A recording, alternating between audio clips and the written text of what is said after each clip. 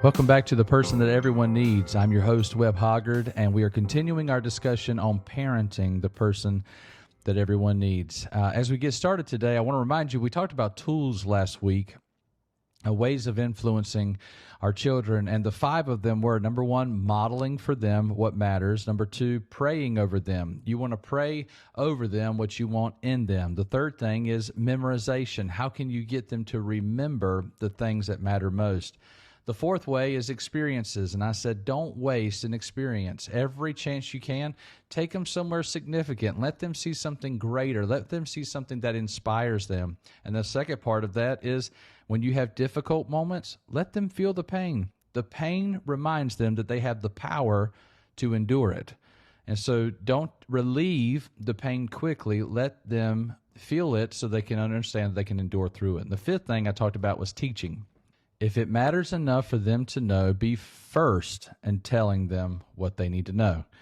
Don't allow the subject to come up. Be strategic in discussing with them the things that matter. Now, one of the illustrations I used for that was their sexual identity. James Dobson says that we should start talking about sexual identity as early as 5 years old. I'm not saying tell them the whole gambit. Let them ask them the questions. But if you want to be first, you're probably going to need to start having these types of conversations earlier than you think is necessary. Yes, they may not have the hormones that are driving sexual questions, but they do have a world today that is trying to inform that identity. And so I think it's very important that we talk to them about the things that we want them to know. We should talk to them even before they're asking the questions. We should start having those discussions open. One more part about the teaching that I didn't get to last week, and I just want to encourage you with, is questions. Questions help you find out what and how to teach what needs to be taught. And we need to do better about asking questions. I'm guilty of often asking, how was your day? Or what did you learn today? Or something like that. And there's always like, I don't know and I don't want to think about it responses to that. And so ask better questions. Ask, did you laugh today? Did you laugh today? Was something funny?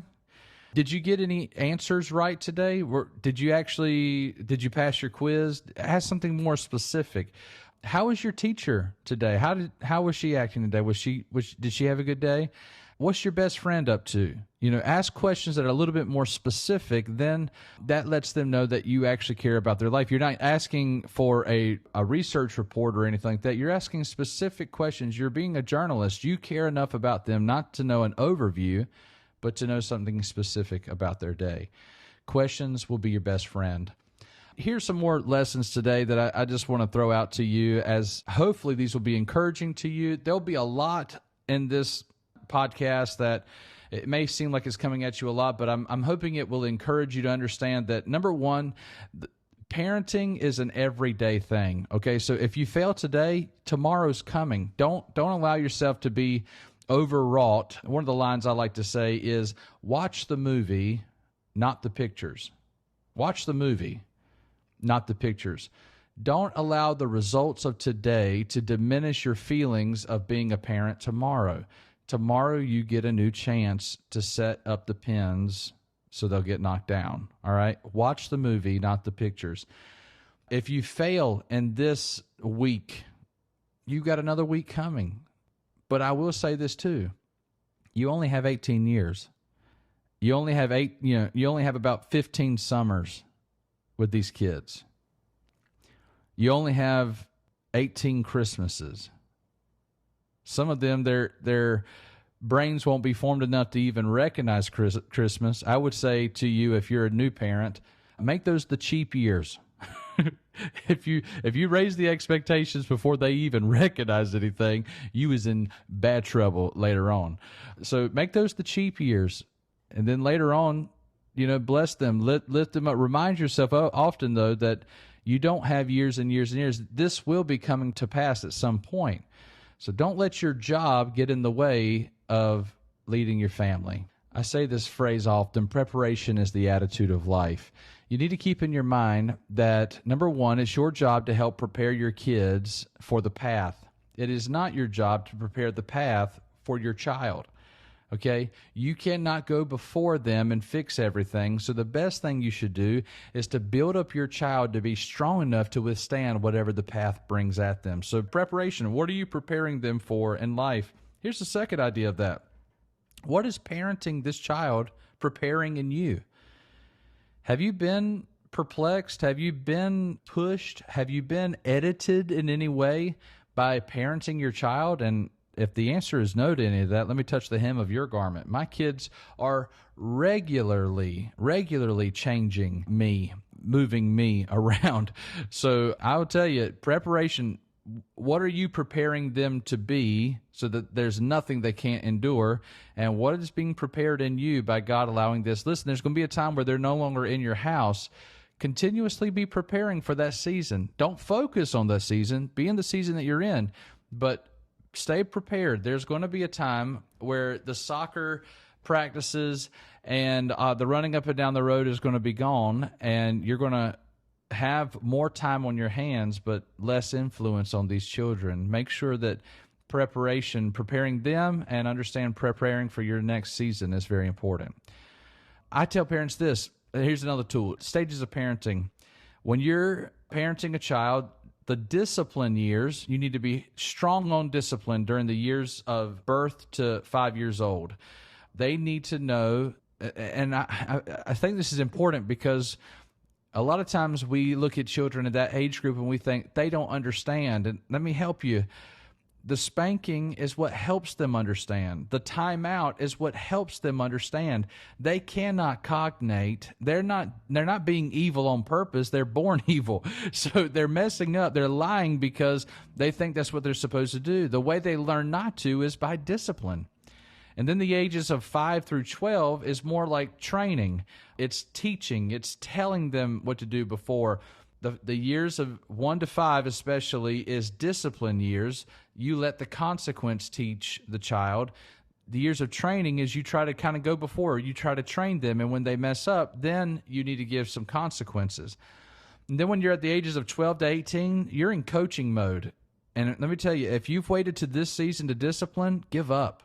If you've waited to this season to train, you're going to give up because you need to be on the sidelines with a headset on, helping them call the plays, but understand that what happens on the field is on them. You need to move into coaching mode during the years of 12 to 18. And then if you've done all three of those right, 18 plus, you can be a friend. You can be their friend for the rest of their life. And so I always encourage people, stage of parenting, 1 to 5 is discipline, 5 to 12 is training, 12 to 18 is coaching, and friendship is 18 plus. I got that from Andy Stanley many years ago, and it's been a great encouragement to me. Let me tell you another one. The internet has every answer you need, but social media will teach you things that isn't helpful. Do not compare your parenting to another parent. They have not finished the race. They are telling you what works one week, but they will not tell you when it fails next week. Do not compare your parenting to social media. Read books or talk to people who have finished that part of their life. Talk to people who have actual hindsight, not people who are saying, look at what I'm doing right now. The internet has every answer, but social media will teach you things that aren't helpful. Your job is to help your children create their own rudder. They can't take yours with them when they leave. You want to help them make good decisions while they're under your roof. Don't make every decision for them. They need to start making decisions while they're under your roof, because one day they're not going to be, and they're not going to know how to make decisions. B, they're not going to know who they're supposed to be while they're out there. And most likely, if you have held them under your thumb for years, they're going to do everything they can to be whatever it was you didn't want them to be.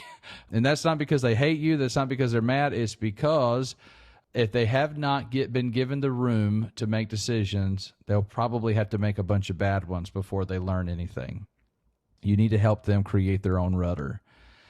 And the way you do that is, I just want you to know that kids spell love T-I-M-E. That's how they spell love.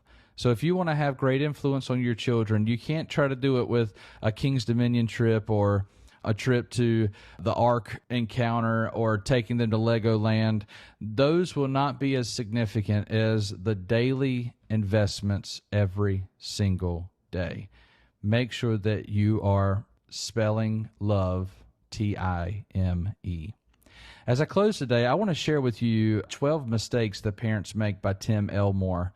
Now, this is a book that you can pick up, but I just think these chapter titles were very helpful as I began parenting, and I think it would be encouragement to you. I want you to understand that Tim Elmore is a great leadership guru. He has his hand on the pulse of what young people are going through these days, and so I really agree with his ideas. And so I want to share this with you. 12 mistakes parents make. Number 1, we won't let them fail. Number 2, we project our lives on them. Number 3, we prioritize being happy. We are inconsistent. We remove consequences. We lie about their potential and don't explore their true potential. We won't let them struggle or fight. We give them what they should earn. We praise the wrong things, their looks or their smarts, but not their virtues. We value removing all pain. How can they increase their endurance if they never suffer, right? Number 11, we do it for them, creating lazy or unmotivated kids when we are constantly doing for them what they need to be doing on their own. And the last one, we prepare the path for the child instead of the child for the path. I've said that earlier, but that's really important for us to realize as parents. It's not our job to prepare the path. Our job is to prepare our child. So I hope you have listened here. I hope you'll keep your eyes on the movie and not the pictures. I hope you will be faithful in the season that you need to be to help your kid continuously grow into the person they need to be. Because the person who is growing into the person that they need to be is the person that everyone needs. We'll see you next week.